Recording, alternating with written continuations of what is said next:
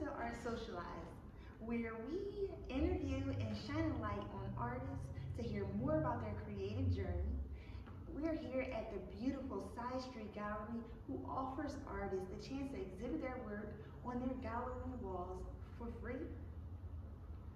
And to help assist, MaryamsMark Company, which is my company, offers marketing to feature the artists and give them that shining light that we spoke about before.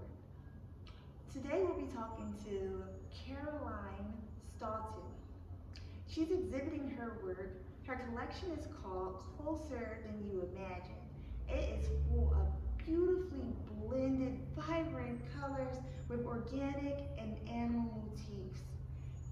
The creative process she will be sharing, it includes how her feelings connecting to her past, along with animals, pairing the two of them really brings forth her creative genius.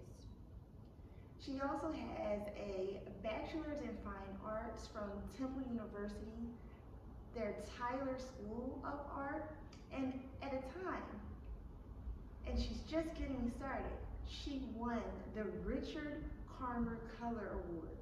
She'll be sharing with us her journey on how she began along her path to pursue her motivated career as an artist. I hope you tune in and enjoy. And again, welcome, Caroline. And behind me is some of her artwork. All right, we're back here with Caroline. That's a beautiful answer. Wow. So some of these have squid. Yeah, act like nothing happened, right? Some of these have squid in them, squid arms. Yeah, not squid arms necessarily, but like they're suction cups. Like I drew some of that into some of the leaves and flower petals, and then there's jaguar print and cheetah print and giraffe print. And it's not in all of the paintings, but it's in a lot of them. You just have to look. That's really nice. I love that. It's very creative. I do see the cheetah here. Mm-hmm. There. Wow. It's in a lot of them. That's really unique. And then hopefully that will inspire you, the title, and knowing that will inspire you to look closer and closer than you imagine. That one makes full circle. Yes. Closer than you imagine, because you have hidden animal suggestions within your artwork. Huh. So let's go on. Caroline, you have an impressive background, including a BFA from Tyler School of Art, which is at Temple University, correct? Yes. And the Richard Kramer Color Award. Mm-hmm. Wow. Could you share how your journey in the arts began and what motivated you to pursue your career as an artist? Sure. So I always chose art over sports. Right. Plans for that. And so, not that I can't play sports. I could if I wanted. Hello. But so I always chose art, so I always gravitated towards that. And these colors that you're seeing now are the same colors that I would choose when I was little. I said this at an artist talk last month, but Megan and I actually had this Bobby Jack. I got it for her for Christmas, but this Bobby Jack tracksuit that was green and orange. And I've just always used and liked the same colors that I use now. So that's how it started, and I started putting it into art because that's what made sense to me. And then my mom got sick, and I was making a lot of art at that time, and it was when I was in high school, and I was trying to develop my portfolio for college. I didn't know what I wanted to do in college, and they said I couldn't be a biologist, and I couldn't be a marine biologist, and I couldn't be a zookeeper because my science grades weren't good enough. And so I went for art, and I had a full portfolio because I was using the feelings from that time in my life when things weren't going too well to make the work, and I made these paintings that made me feel so much better when other things couldn't. So I had to keep doing it. Nice. Okay, in a sad kind of way. But I think that as artists, and I'm an artist as well, sometimes the sad moments create our best work. Yeah, and it can allow you to bring a message that you probably wouldn't otherwise ever tell the world. So Yeah. it's okay. Yeah, it's okay. That's okay. So now I guess this is a little just following into your discussion about your mom, now do you still utilize, I guess, that time of her, passing in your artwork in any way? So she might, along with my dad, but primarily raised me, her and my grandpa, so I spent a lot of time there. So my most forward memories from my childhood are with her. And I was an only child, so I was with her a lot by myself. So she had a garden and like the statue of Mary in the garden. We were always moving that around and clipping the hydrangeas and clipping the rose bush. And nature and animals, birds, we would sit and watch the cardinals. I mean, I could go on and I won't, but they're the most prevalent memories for me. Nice. Yeah, I don't know if that was your question. That answers the question a lot. It brings her back to life each time you make a garden style artwork. Yeah, it reminds me of a really good time, and that can be now too. That's really nice. It's beautiful. Wow, it really ties together. Still staying to the closer than you can imagine. Yes. I get it. All right, it's well thought out. Okay. Wow. How about that? All right. So let's talk about current day. Being an artist in residence at the Cherry Street Pier and having gained national attention, where do you feel your artistic? Where do you feel you are in your artistic journey? At the beginning. Still at the beginning? Yeah, at the very beginning. I've been doing this, like showing my work since I was 16. Okay.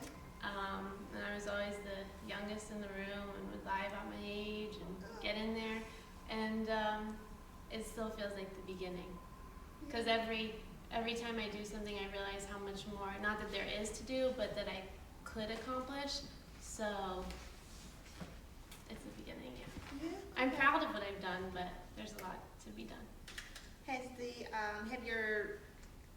How have your recent experiences, including this residency at Cherry Street Pier, influenced your work?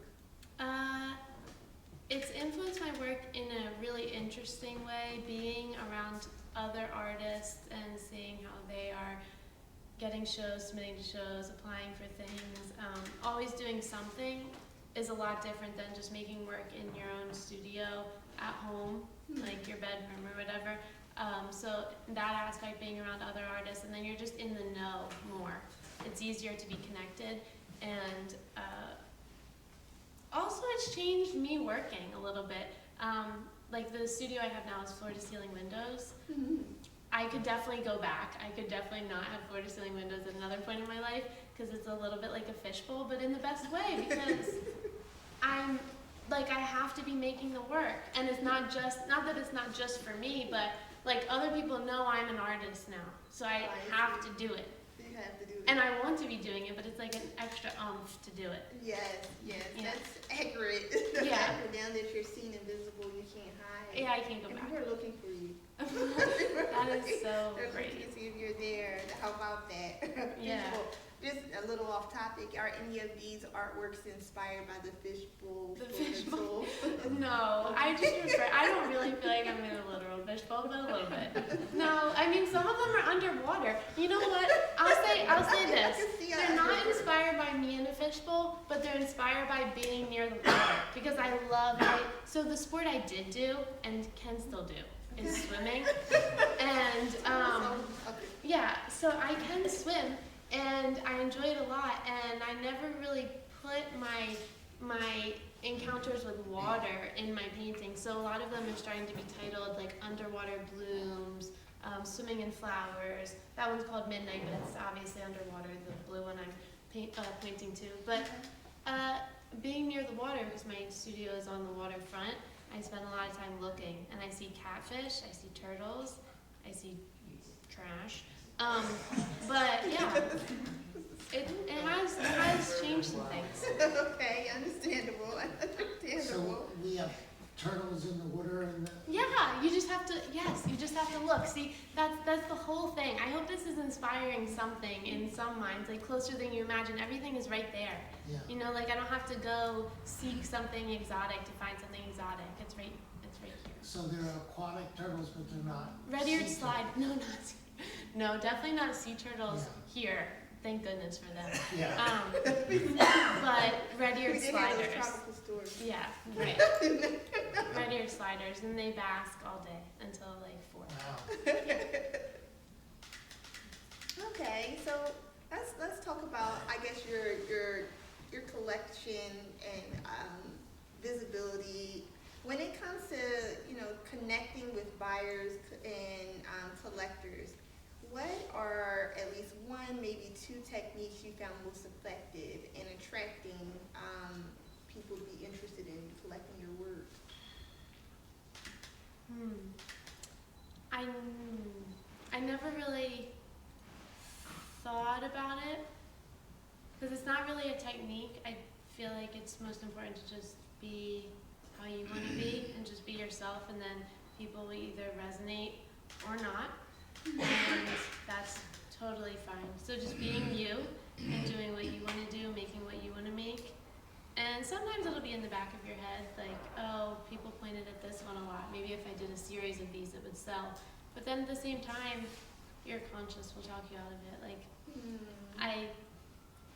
because you have to make what you want to make. So I think just being yourself and being nice and understanding that people are coming from a lot of different backgrounds. A lot of people don't know anything about art and have never collected a painting before and don't even know what the term collecting means, buying artwork, right? So prices might scare them, having something of someone else's in their home might scare them. So just being understanding and you. Nice. That's a That's good it. one. Yeah. That's a good one. And you'll Okay. sell. How about that? So staying true to yourself. Yeah, That's really it. for certain. Yeah, that's important. That I hear people say that that are not artists.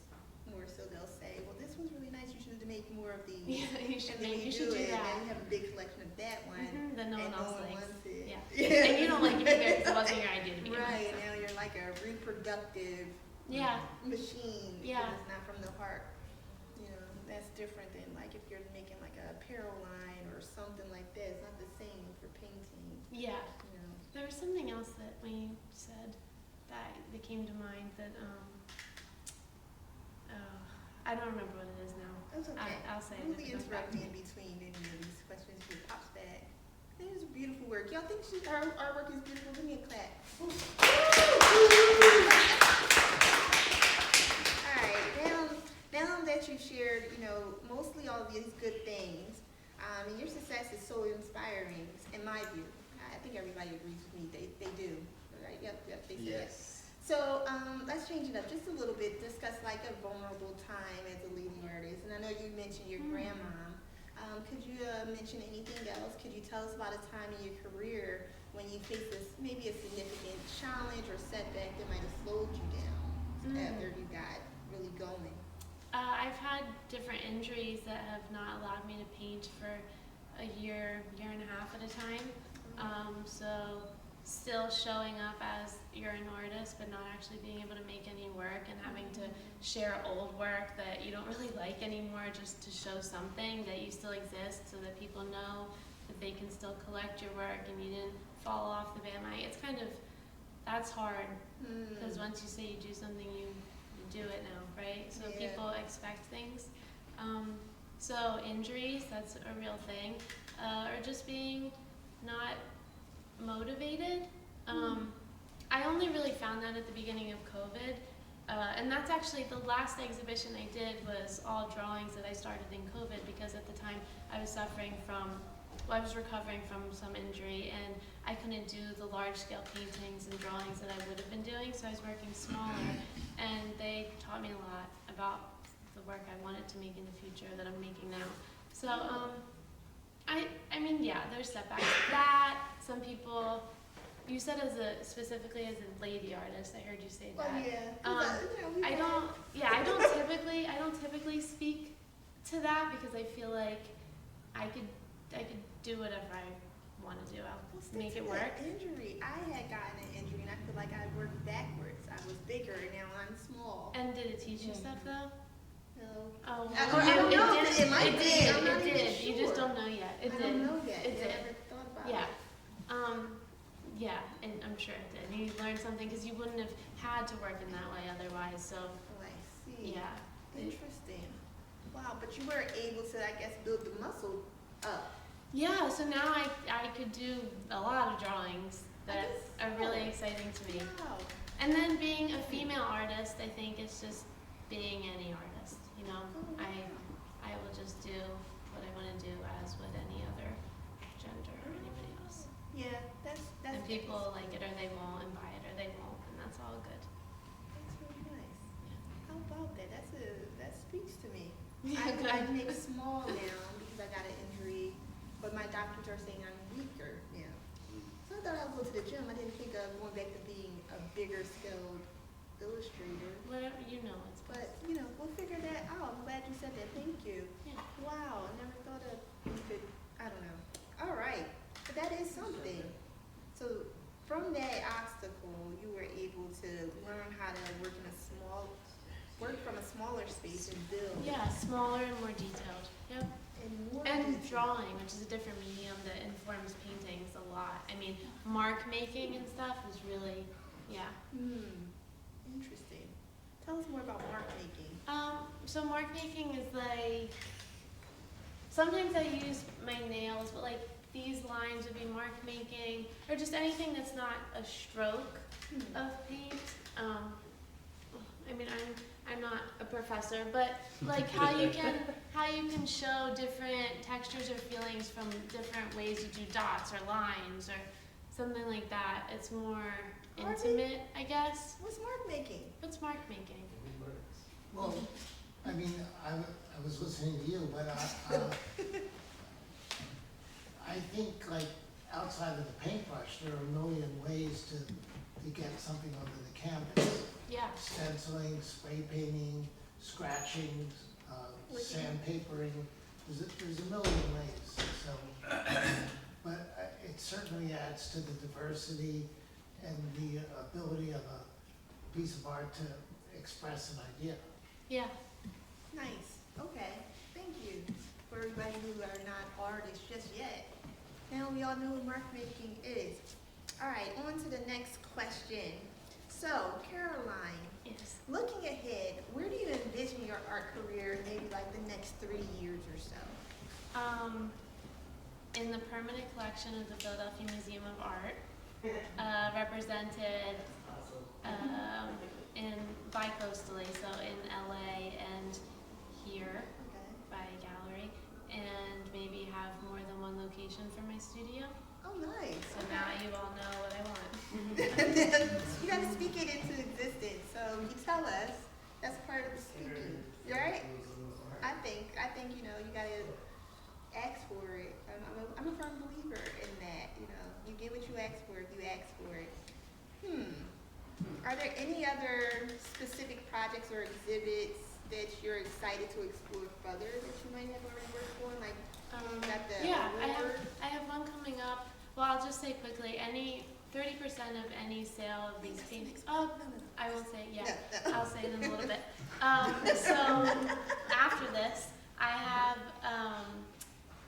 what's it called?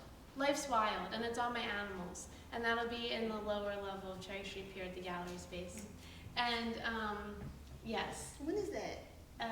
January, whatever the first Friday in January is when it will open, and it will go all month.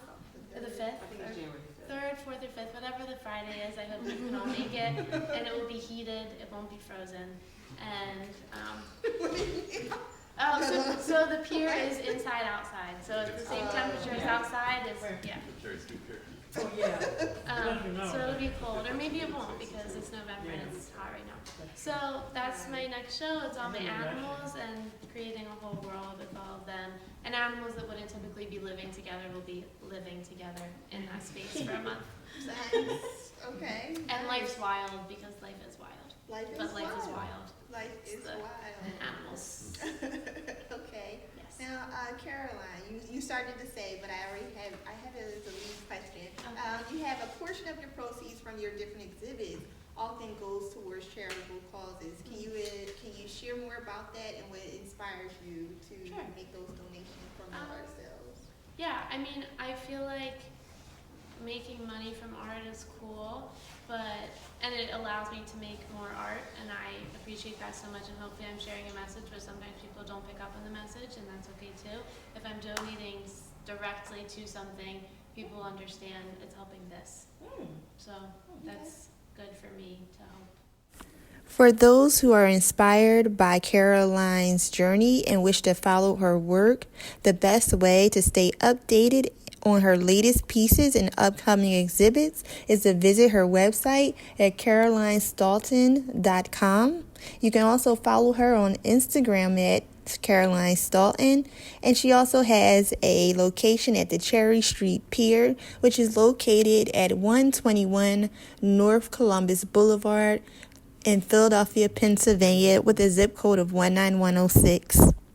You can also purchase her creations, join her email list when you visit her websites for updates, and go from there. Thank you for tuning in to ArtSocialize Artist Talk, and we look forward to seeing you next time.